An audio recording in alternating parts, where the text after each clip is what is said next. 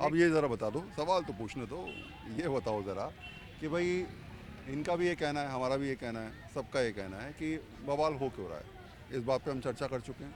अब ज़रा ये समझा दो कि 2024 के चुनावों से पहले अगर विपक्ष हर मुद्दे पे एक आ रहा है और मान लो एक हो जाता है, तो ऐसी परिस्थिति में 24 के चुनावों में कितना असर पड़ेगा? देखिए, पहली बात तो विपक्ष एक नहीं होगा, सब अपने आप को प्रधानमंत्री की दौड़ में रहना है। ममता बनर्जी लग जाओ, जहाँ तक केजरीवाल की बात है, केजरीवाल जी जो बात कर रहे थे भाई जी कि चुनी हुई दिल्ली में सरकार का कोई तथ्य नहीं होना चाहिए, वही आज अध्यादेश लाने की बात कर रहे हैं। तो ऐसी काम क्यों करते हैं कि अध्यादेश लाना पड़े और जो अफसरों को अपने घर बुला के पीटना पड़े। IAS ऑफिसर जो लगे हैं, और जो ठीक है, जो आपने बात से क्वेश्चन किया, मैं उस पर आ जाता हूँ कि 24 की विपक्षी एकता को विजन है उनका, आप बताएं ना जनता को। जनता ने आपको नकारा है, आपको किसी विपक्ष को जो 100 से भी नीचे रखा तो जनता ने रखा ना। 2024 तो अभी आने दीजिए, देखिए महाराज जो आपका क्या हाल करेगा। आप कीजिए विरोध, आप जनता का विरोध कर रहे हैं, आप मोदी का विरोध नहीं कर रहे, आप उनकी नीतियों का विरोध नहीं कर रहे, जनता का विरोध कर रहे हैं। जो बात कर रहे हैं तो है। बीजेपी का कहना है कि भाई आप संसद आपकी, देश की,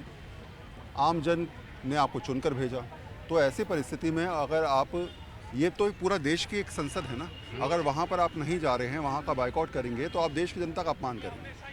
देश की जनता का अपना किसे बोलते हैं? मैंने कहा आपसे कि जब नींव रखी गई थी तब माँ महिम कहाँ थे हमारे? एक दलित थे, इसलिए नींव रखने में दिक्कत महसूस हुई, क्योंकि नेम प्लेट पे उनका नाम लिखा जाता और पता होता कौन है वो। अब जब संसद का उद्घाटन होने जा रहा है तो उसके ऊपर एक माँ महिम आज की तारीख में एक महिला है और आदिवासी महिला हैं और ST समाज से आती हैं, वो भी आपको खास तौर पे उस संगठन को जो संगठन सत्ता में पर्दे के पीछे चला रहा है, RSS, उसके अंदर कौन सा जातिवाद है सबको मालूम है। उसको दलित, OBC, महिला किस तरीके से होगी, बड़ा समझ से बाहर है। मेरा तो यही कहना है।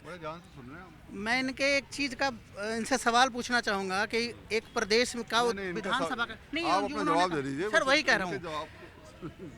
एक प्रदेश का विधानसभा का उद्घाटन था, उनमें UPA की प्रेसिडेंट थी सोनिया गांधी जी, उनके नाम से उद्घाटन कराया गया। वो उस समय क्या थी भाई वहाँ की?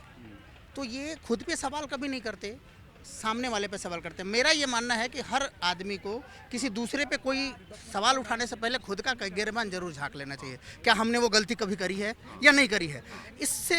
इसके अलावा अगर कोई बात आती है तो वो जनता के भले के लिए होता है।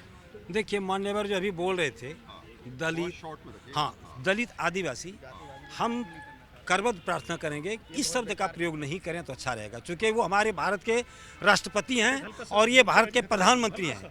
इस शब्द का प्रयोग नहीं होना चाहिए। हम सबों से यही करबद्ध प्रार्थना करेंगे। आखिरी बात और मैं आपसे लेता हूँ, आपको लगता है कि शायद 24 से चुनाव से पहले अगर विपक्ष को एकजुट होना है तो मुद्दों की राजनीति पर विचार किया जाए, वो मुद्दे कौन कौन से होने चाहिए? देखिए, हम आपको स्पष्ट कर रहे हैं, यदि सब एक जगह आ जाएंगे एक सूत्र में तो ज़्यादा बेनिफिट मिलेगा बीजेपी को। आप देख लेंगे, ये लोग आ जाए ना, एक रास्ते पर सब आ जाएं।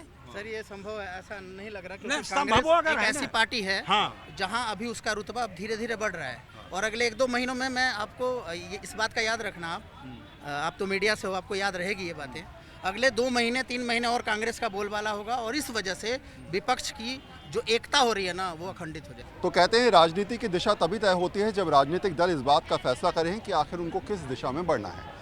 संसद को लेकर बवाल, नई संसद में इनॉग्रेशन कौन करेगा इसको लेकर बवाल, ये तय करना कि आखिर किसके पास ज़्यादा अधिकार हैं, कौन सर्वोपरि है, उस पर विवाद, और ये कहना कि हम नई संसद के इनॉग्रेशन में नहीं आएंगे क्योंकि ये कहीं ना कहीं कई मर्यादाओं को तोड़ रहा है।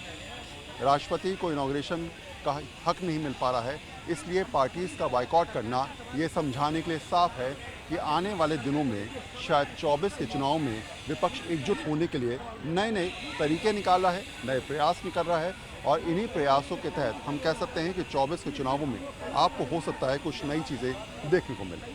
कैमरा पर्सन सुनील के साथ वरुण सिन्हा, न्यूज़ 24।